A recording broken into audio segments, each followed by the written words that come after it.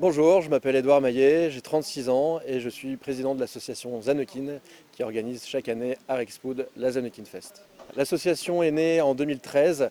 Voilà, on était une bande d'amis, on voulait créer une association pour la culture flamande, régionale. Donc on est parti sur une fête médiévale. On est tombé sur le personnage de Nicolas Zannekin qui est né au XIVe siècle et qui a mené la révolte des Carles, qui était une révolte populaire des paysans. Ce personnage est né à Lampernis côté belge et est mort à la bataille de Cassel en 1328 face aux troupes du roi de France. Et donc on s'est dit pourquoi pas reprendre ce personnage qui a marqué la région. Cette année, on a le plaisir d'accueillir un grand tournoi de Béhour, une belle fête médiévale et un public nombreux.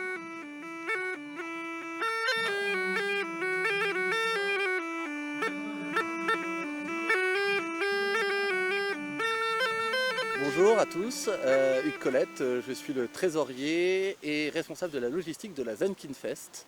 Une Zannekin Fest, donc c'est une fête qui se prépare d'une année sur l'autre. Ce qu'on va devoir prévoir en termes de matériel, d'infrastructures, de prestataires, en tout cas de partenaires avec qui on va travailler sur l'année. Et puis aussi de faire le bilan financier de l'édition et de préparer le budget pour l'année suivante. Évidemment, grâce au partenariat de la région, du département, évidemment de la commune de Rexpoud, qui sont des partenaires très importants dans le financement de chaque édition de la Zannekin Fest. Toute la structure logistique, dès le lundi, on a mobilisé environ une quinzaine de bénévoles sur les 4 derniers jours de la semaine avant l'édition de la Zannekin Fest. On essaye de travailler avec des entreprises partenaires de la région. Aujourd'hui, la partie sonorisation, la partie lumière est assurée par une entreprise de Stanford qui vient nous aider depuis quelques années et qui est un partenaire très important dans la partie logistique. On travaille depuis quelques années et je tenais à les citer, avec l'Ordre de Malte qui nous aide depuis quelques années sur l'organisation, la partie secourisme. On sait qu'on travaille avec des athlètes, des combattants, mais c'est pas du cinéma, donc ils se tapent vraiment dessus. Donc évidemment, une partie secourisme qui est important, avec en plus l'appui de quelques bénévoles, dont une infirmière qui nous suit depuis quelques années.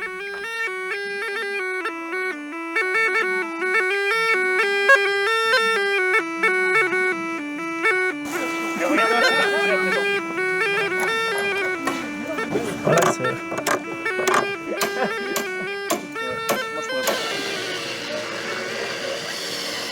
Alors le Béhour c'est quoi? C'est un sport de combat qui est homologué, qui est régi par une fédération française nationale, avec des règles spécifiques. Donc c'est un vrai sport qui a une fédération aussi internationale. Et le Béhour en fait a aussi la particularité d'avoir existé au Moyen-Âge. En fait, pendant les temps de paix, l'Église, pour calmer un peu les ardeurs, la testostérone, des combattants, organisait souvent des tournois amicaux. Et donc c'est pour ça que les armes sont émoussées. Et donc ça réunissait les villages, les villes. C'était l'occasion en temps de paix de s'affronter pacifiquement. Au jour d'aujourd'hui, je pense que le pari est réussi. On est un des plus grands tournois de Béhour en Europe occidentale, enfin nord occidentale. Et donc on a le plaisir d'accueillir des amis anglais, écossais, belges, flamands, wallons.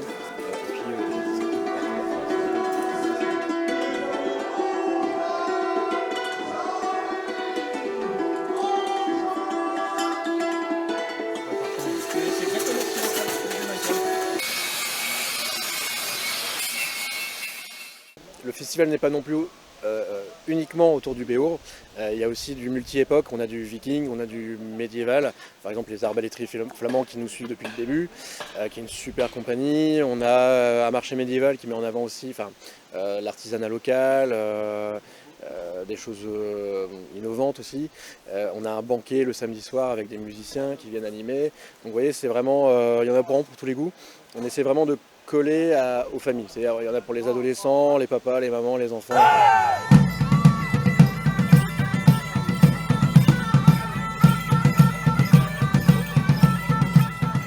Bon, alors moi c'est Alison, je suis présidente de l'association des Micker Folkers. C'est une association qui a vu le jour en septembre 2011. À la base, c'était un groupe d'amis parisiens qui a créé l'association parce qu'ils adoraient le viking et faire des combats, et ils avaient décidé de faire leur... Et du coup, j'ai la fonction de Jarl dans l'association. Le Jarl, c'est le chef viking. Et j'essaie de diriger toute ma petite troupe pour qu'on présente les meilleures prestations possibles, le plus d'artisanat différent possible. Donc nous, ce qu'on aime justement dans la présentation de la culture nordique, c'est de casser justement ce que les gens peuvent penser de la culture nordique en fait. Les Vikings n'étaient pas que des pillards, très loin de ça. Et justement, on aime expliquer aux gens tout ce qu'ils étaient capables de faire, tout ce qu'ils faisaient. On a bien sûr des démonstrations de combat, mais on n'a pas que ça. On a la vie quotidienne, on a l'artisanat, on a plein de choses à présenter.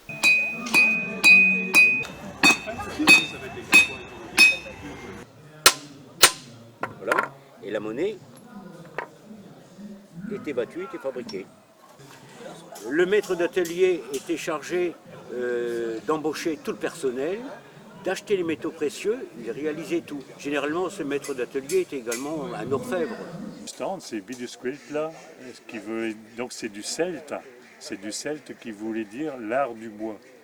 Parce que les Celtes faisaient leur jeu dans de l'orme, et l'orme symbolisait l'amitié et le partage.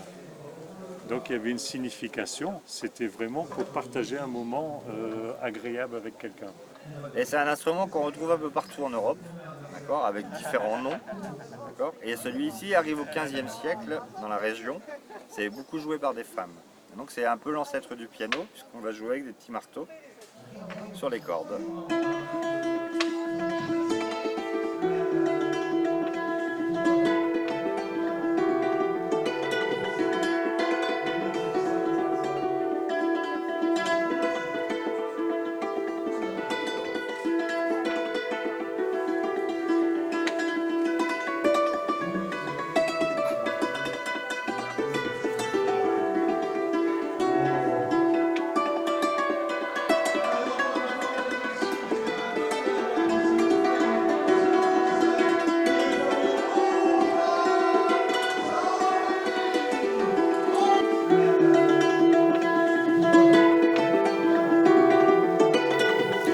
Alors les armes sont émoussées évidemment pour éviter le tranchant.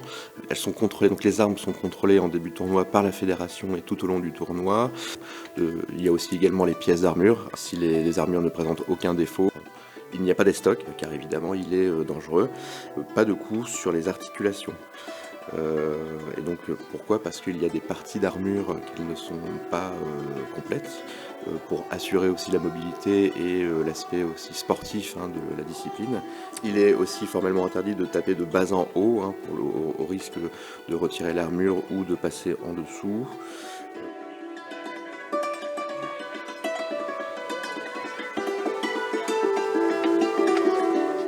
Moi je suis Salomé, donc je suis arbitre KM Night Marshal, donc arbitre en chef sur le tournoi de la Zankinfest ce week-end. Donc mon rôle c'est un petit peu de chapeauter l'ensemble de l'équipe arbitrale. Donc, je suis dans la lice et je suis là pour vérifier que les règles sont respectées. Et on devient arbitre lorsqu'on est attiré par le milieu du Béour mais qu'on n'a pas nécessairement envie de combattre. Et du coup, vu que le rôle d'arbitre est également un rôle très important, puisqu'il en faut sur tous les tournois, eh bien, on se dirige dans cette direction. On a donc une formation en interne avec des tests, avec plusieurs grades. Donc c'est pour ça que vous avez vu les différences de tenue. J'ai des collègues qui sont avec une tenue complètement jaune. Moi, je suis en jaune et noir, et d'autres qui sont avec un chaperon bleu. Donc chaperon bleu, c'est pour les apprentis. Full jaune, enfin entièrement jaune, c'est pour les arbitres nationaux. Et jaune et noir, c'est international. Et le Béour est un sport international puisqu'on a des équipes un peu partout dans le monde et on se réunit, on se retrouve tous les ans pour le championnat du monde. Donc cette année c'était au Mexique, l'année prochaine ce sera aux USA et l'année d'avant c'était à Prague, en République tchèque.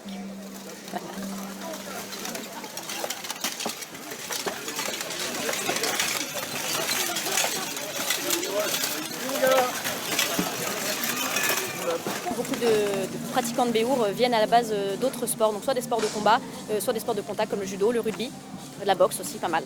Le but d'un combat de Béour, c'est de mettre au sol l'équipe adverse, donc c'est 5 combattants contre 5 de l'équipe adverse. Nous arrêtons à la suprématie, donc lorsqu'il y a 3 combattants contre 1. Les origines du Béour, donc on retrouve des traces au Moyen-Âge, les premières traces, c'était en temps de paix, donc il y avait des tournois, je ne sais pas si on peut placer ça, des tournois amicaux.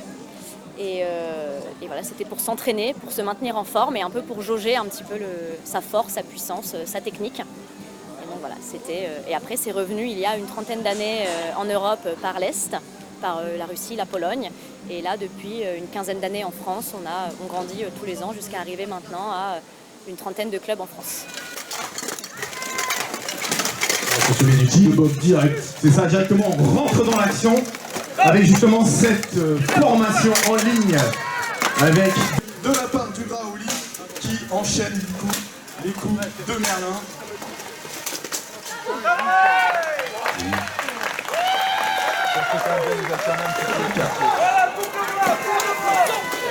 Il tire bien quand même, il tire bien face à qui fait un coup de rouge. Oh là là, mais quelle action, c'est dommage. C'est vraiment ça tient bon, malgré tout ça s'accroche, c'est bien décidé à ne pas céder le moindre pouce. Oh, il le frappe dessus. Oh là là, c'est dégueulasse. Ouh, ça passe du bol. Qui résonne dans la tête, là, bien réveillé, histoire de bien sur le pas de pouvoir bloquer justement l'acier pour ne pas qu'il puisse travailler. Et une autre mise au sacrement de coup de genou directement à la tête. Appuie sur le dos et on enchaîne avec des coups de hache. Ouh, ça réveille. La fatigue commence à se faire un petit peu sentir, hein, les coups de hache à deux mains, de l'acier, de martel, moins d'impact, hein, on verra si certainement. Une arme qui a été lâchée et il va courir et t'agripper avec son arme, le casque de l'adversaire, c'est dur. Et oui, ça va chasser. Ouh, double chute, ça c'est dommage. Le cardio qui double chute. La première chute malheureusement qui se traduit par une double chute. Ça tente une charge. Ouh, la charge par derrière, qu'est-ce que ça va donner, hein, la prise au casque directement. Le combattant parisien qui a su se redresser au niveau de son crâne pour ne pas justement chuter en arrière. Et là, ça fait le petit le domino. L'anglais qui est en mauvaise position, mais le français aussi qui se retrouve à 500. Ils sont en mauvaise posture, ils sont collés à l'autre dans un coin de la ligne.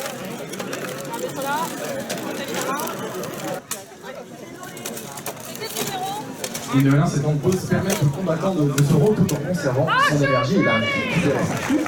Et c'est donc une victoire de ce deuxième round de 3-0 pour les Faucons Noirs, ce qui nous conduit donc à un troisième round.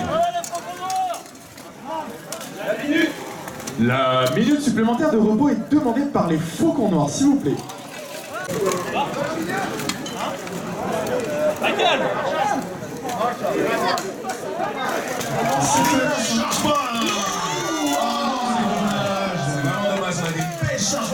Ah, la perte de gantelet, c'est dommage. Donc, avantage de 1 pour les François. Stop the fight. Ah, intervention des arbitres qui ont stoppé le combat. C'est ça, c'est deux équipes hein, qui sont les habitués du podium. Vous pouvez le voir, ça se rentre dedans. Vraiment, ça ne se ménage pas. Hein. Ça y va. Un peu comme de l'escrime, mais médiéval. C'est ça, c'est les arts martiaux historiques européens. Où là, on va vraiment étudier la technique pure. Alors, le déo est quand même très différent dans son approche. Parce que c'est pas souvent qu'on voit une ascension de combattants comme ça. En tout cas, ce que je remarque tout de suite, c'est que les Français...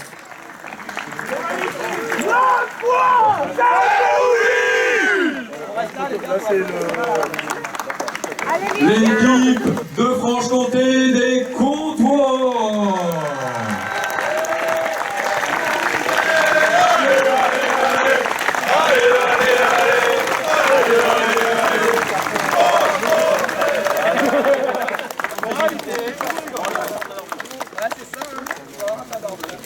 Mon joueur! Salut!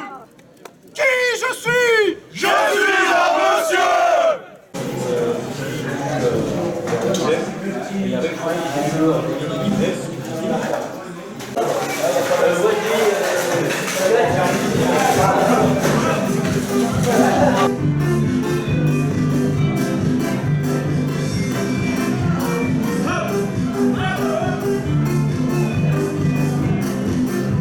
Avec mes petits amis.